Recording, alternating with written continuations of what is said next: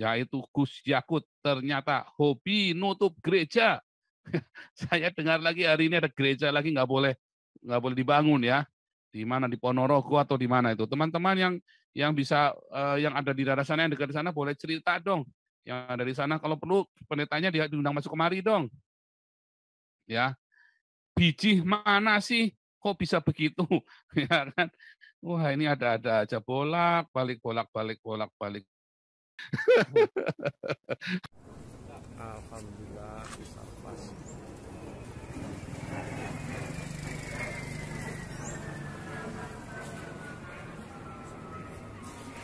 Apa memang sudah pasti kini dibangun gereja, Mas? Karena kita info dari PDM, insya Allah PDM Pimpinan Daerah Muhammadiyah memberikan info gitu berarti insya Allah valid. Jadi diserahkan ke ranting Bapak Suyoto, kita dikumpulkan karena kita dua dari takmir masjid itu, kita juga ketua RT, jadi kita yang antisipasi jangan sampai tahu-tahu di gereja yang memang wilayah semuanya muslim. Jadi alasan warga menolak pendirian gereja apa? Karena tidak ada pemberitahuan sama sekali, tidak ada izin, karena lingkungan tidak muslim, jadi nggak ada orang sini yang nanti kalau jadi gereja di sini juga nggak ada, jadi nggak ada, insya Allah nggak ada manfaat. Jadi dari orang luar semua? Iya. Kemungkinan. Ini sendiri, bangunan sendiri milik siapa, Pak? Milik Toko Sampurna. Artinya selama ini kosong atau ditempati? Bukan, ditempati oleh Pak Pendetanya, sudah lama, ada 10 tahunan. Beliau juga di sini, warga kami juga ikut kegiatan RT, tapi karena ini statusnya rumah tangga, jadi kita nggak ada masalah. Tapi kalau sudah berubah jadi gereja, ya baru warga menolak. Jadi ini tetap menolak keras ya, Pak? Insya Allah. Alhamdulillah bisa pas.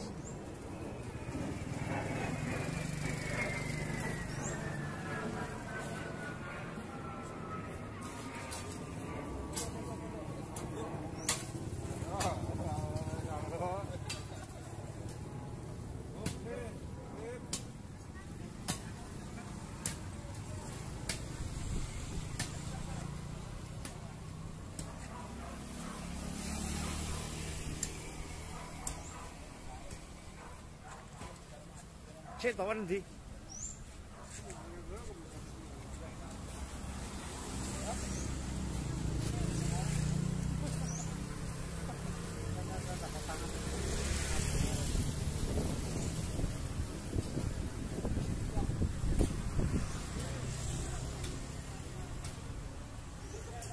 Yaitu Gus Yakut ternyata hobi nutup gereja. Saya dengar lagi hari ini ada gereja lagi nggak boleh dibangun ya. Di mana, di Ponorogo atau di mana itu? Teman-teman yang bisa yang ada di daerah sana, yang dekat di sana boleh cerita dong. Yang ada di sana kalau perlu pendetanya diundang masuk kemari dong. Ya, biji mana sih? Kok bisa begitu? Ya kan? Wah, ini ada-ada aja bolak-balik bolak-balik bolak-balik. Gereja ditutupin. Gereja ini hobinya Gus Yakut. Gus Yakut ini jadi menteri ini sudah berapa nih? Ini gereja keempat kali ya yang ditutup ya. Agak ngerti saya ini. Saya juga bingung ya. Gus Yakut ini jadi menteri ini nggak ngefek apa-apa, nggak ada yang berubah di Indonesia ini tentang kerukunan umat beragama, ya kan? Aduh, kacau beliau. Oke, juga lucu ya. Apabila gereja nggak boleh dibangun, didirikan. Orang Islam ini nampaknya takut sekali ya. Orang Islam ini namanya takut sekali dengan gereja ini. Kalau ada prostitusi mau berdiri malah boleh, ya. Kalau gereja mau berdiri nggak boleh. Padahal gereja ini yang ngasih makan orang, atau nggak tahu gerejamu. Nah, tapi kalau kita kan kali ini kan kita, ayo diakonia kasih makan orang. Kalau prostitusi kan nggak ngasih makan orang, oh ya ngasih makan burung orang ya. Iya benar, kalau prostitusi kan ngasih makan kroto ya kan. Prostitusi jualan kroto buat makan burung Pak Lurah dan Gus Yakut. Makanya heran ya, kalau prostitusi itu isinya gampang banget. Tapi kalau gereja susah banget ya. Indonesia memang negara prostitusi kali ya. Heran saya juga. Aduh, ini Gus Yakut biji lu mana nih? Maksudnya gimana? Oke, Pak Haryanto PKY dulu, silakan. Shalom Pak. Shalom Shalom Pak Pak. Haryanto. Ya, shalom Pak. Gini Luar Pak, biasa. mendengar mau ditutup gereja. tutup gereja. Kalau di Palangkaraya nggak pernah mereka kadrun-kadrun itu menutup gereja, Pak. Nggak berani mereka itu, Pak. Bangsat semua mereka itu, kadrun-kadrun itu tuh. Sangat benci saya. Kalau berani, mereka kadrun-kadrun itu datanglah ke Palangkaraya sini. Mau dipenggal kepalanya sama orang Dayak. Serem kali. Ya. Suruh aja mereka datang ke Palangkaraya ini kalau berani, Pak. Sekian itu aja, Pak. Luar biasa. Waduh, jangan dipenggal, kasihan, Pak. Biar mereka terima Yesus dulu, Pak. Haleluya. Wah, tapi kita memang kesel ya. Kenapa sih ya? Saya bukan penganut gereja gedung, ya. Saya bukan penganut gereja gedung, tapi memang apa sih yang menakutkan dari gereja, ya kan? Ya, yang menakutkan adalah karena umat Islam habis. Ustadz-ustadznya kelabakan, duitnya berkurang. Gus Yakutnya ditekan terus, makanya Gus Yakut diam aja, diam 1000 bahasa. Herannya zamannya Gus Yakut katanya menteri semua agama, gereja tetap aja ditutupin ya.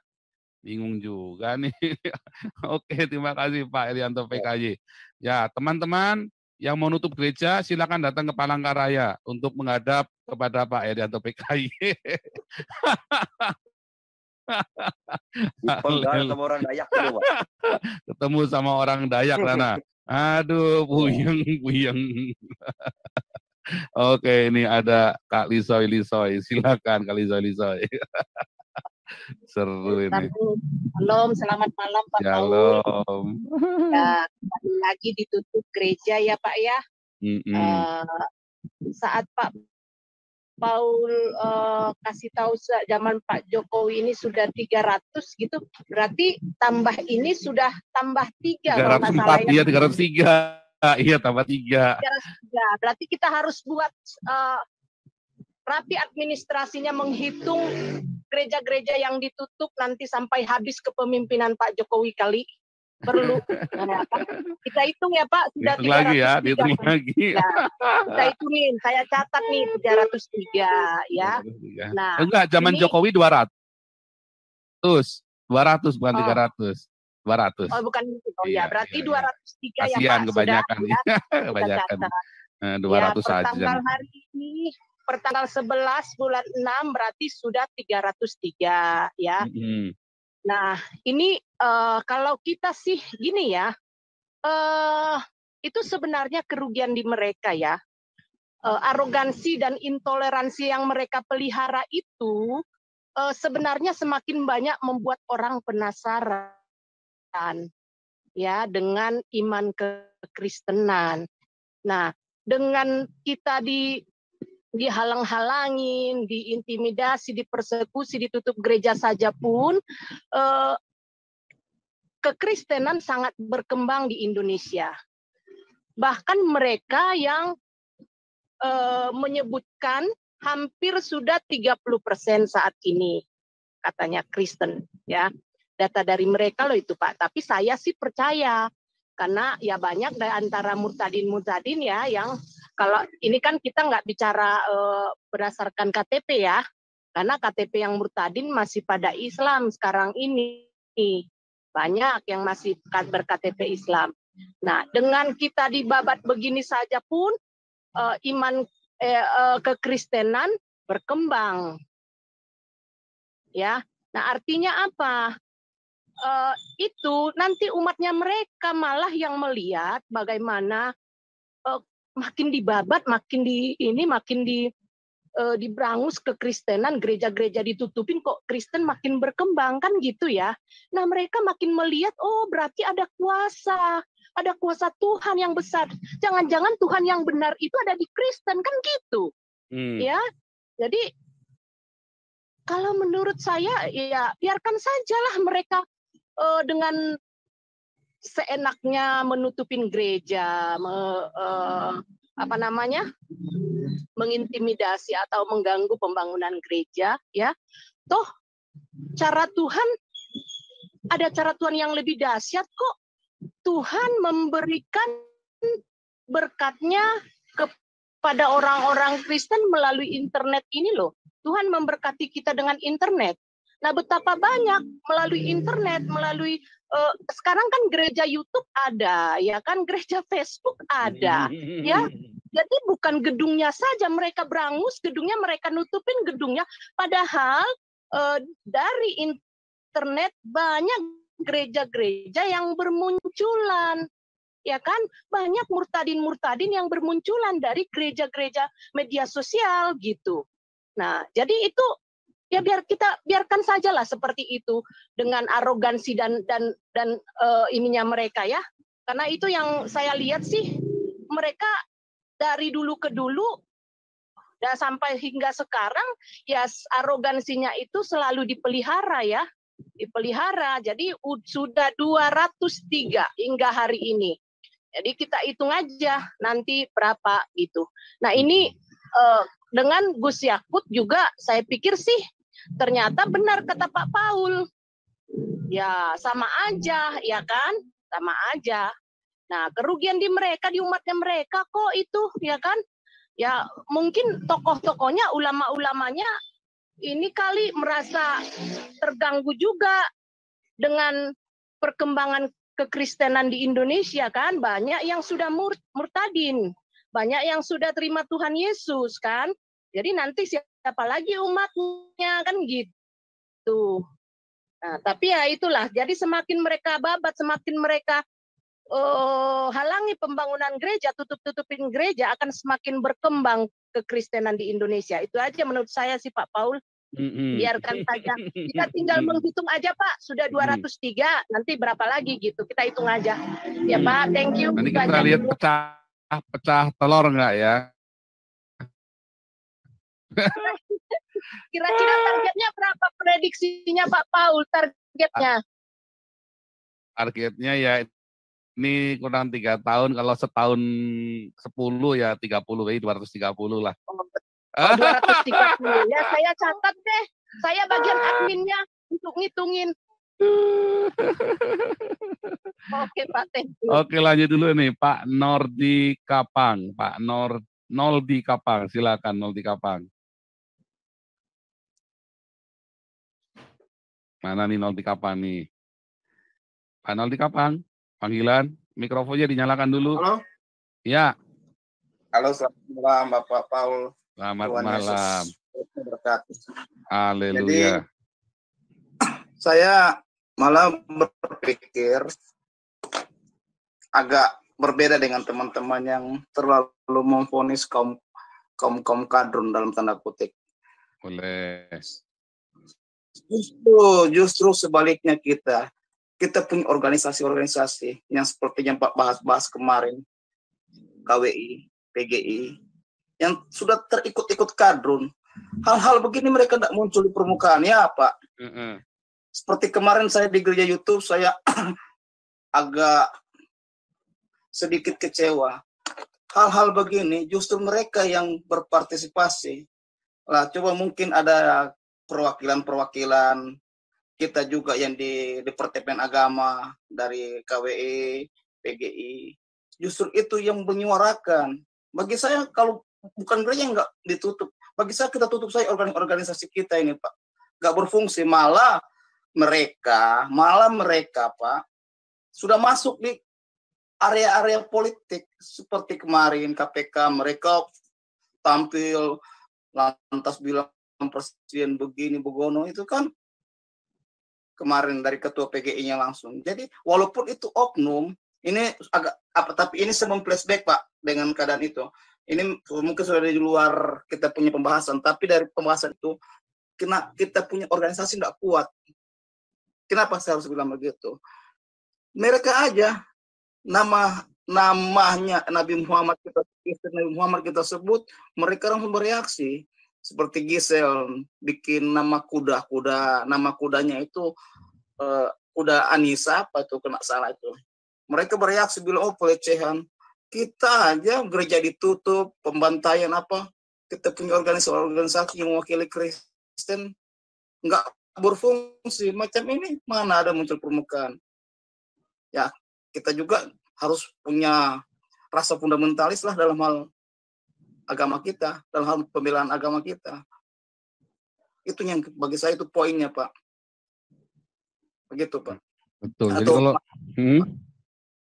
lanjut. pendapat Bapak bagaimana dengan Iya, saya punya jadi memang pandangan? kita sendiri organisasi-organisasi Kristen ya munafik Pak.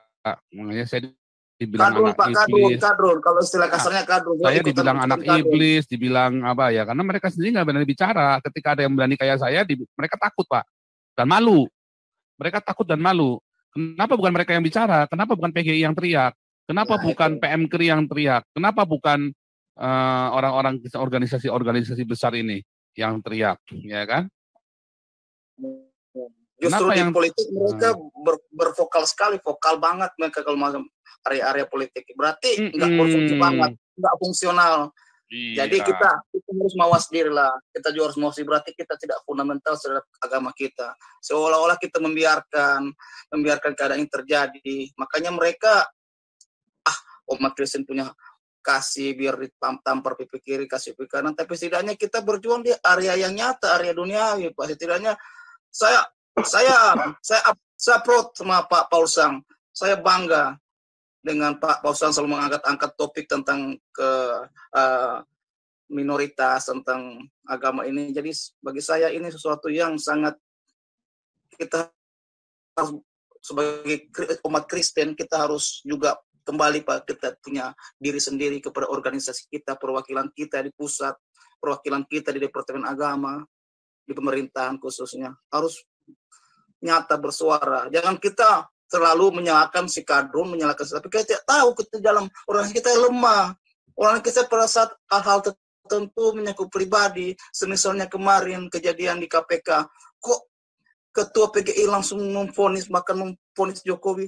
Bagi saya kok begitu. Sementara berberengan berapa hari ada pembunuhan di Poso, nggak ada suaranya. Jadi miris banget Pak, organisasi kita ini lemah. Jadi bagi saya tutup aja, itu bukan lagi gereja, ditutup lah.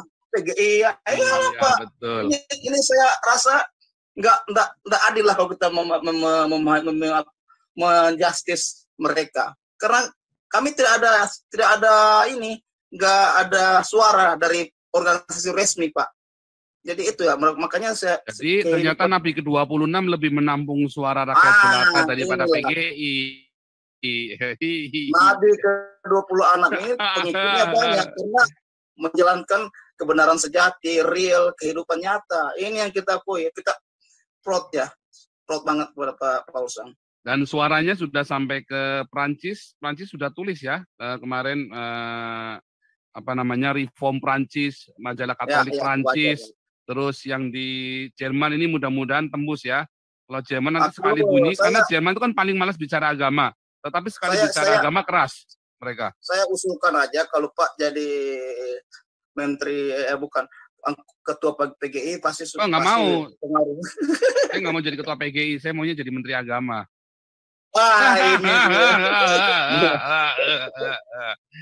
Jadi begitu Pak Paul Sang. Jadi mungkin di sini ada perwakilan dari PGI yang dengar, dari organisasi gereja kita yang ada pemerintahan yang masuk di Departemen Agama, tolonglah jangan kita baper terhadap main-main politik seolah membela si kadrun, kejadian kemarin di KPK. Tidak saat begini justru kita tampil tapi suara kita yang resmi yang di pemerintahan tidak keluar. Jadi mereka anggap kita ya seperti aku ngomong tadi. Jadi kita juga berkaca pada diri sendiri, pada organisasi kita, pada agama kita Kristen, bagaimana kita mengcounter apa yang mereka buat selama ini. Demikian Pak. Luar biasa. Oke.